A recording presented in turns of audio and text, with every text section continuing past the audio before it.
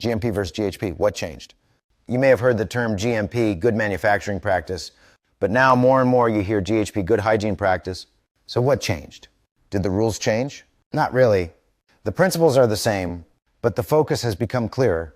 GMP was always about basic conditions in food production: cleanliness, maintenance, pest control, personal hygiene, storage, processes. But the word manufacturing makes people think of factories, big production lines, industrial food. In reality, most food businesses are not factories. They are hotels, restaurants, schools, catering operations. That's where GHP comes in.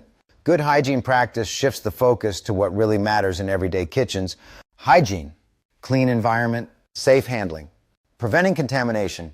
So GHP is not new. It's not different rules. It's a clearer, more practical way of describing the same foundation. Think of it like this: before any food safety system, before critical control points, before paperwork, you must have strong basics: clean hands, clean equipment, safe storage, proper separation, pest control, staff training. If these are not in place, food safety will fail, no matter how good your system looks on paper. So what should you say? GMP or GHP? Both are understood.